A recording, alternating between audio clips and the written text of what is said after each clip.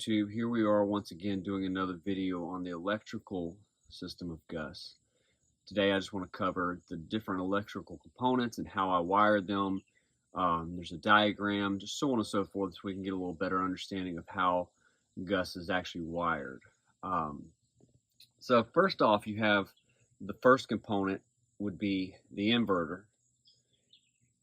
Then you got the converter, which goes into the inverter goes into the sub panel, which feeds the main panel. This main panel is just a regular house panel, and as stated in another video, I split the panel 30 amp side, and then you got a couple of 50 amp items, and I'm sure we'll go through in some of the other videos later that I'm going to create. One about this mini split and how I did a duct mini split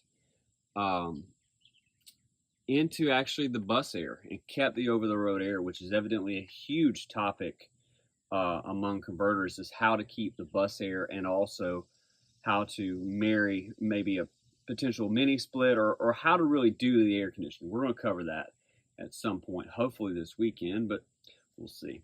Let's go through the breakers. We got a couple things going on here. So there's my AC breaker. So that's the air conditioning for the mini split. And then this is my stove. Those two are 240. The rest of these are 110. Now the way I have the converter, so we have a converter, and this converter is basically when we're connected to shore power, just like an RV, just like a camper, regular setup, it will charge my batteries. Those two 12-volt, 100 amp batteries. That in return, whenever we are running down the road, those batteries will keep this inverter hot to run one side of this panel. Now, I split the panel up on one side, and the other is strictly for inverter 30 amp. Because if you have an RV, you either have a 30 amp RV or a 50 amp RV.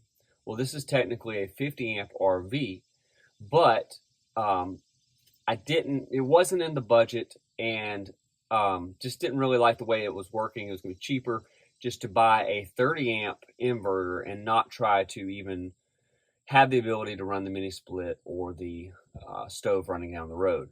So with that being said, I actually just opted for the cheaper version, and now we have 30 amp and 50 amp. 30 amp is the inverter and 50 amp is the shore power.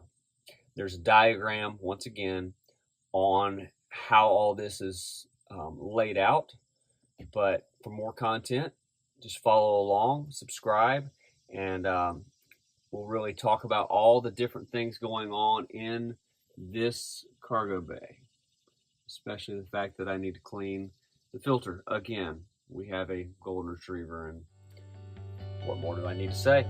Have a good day.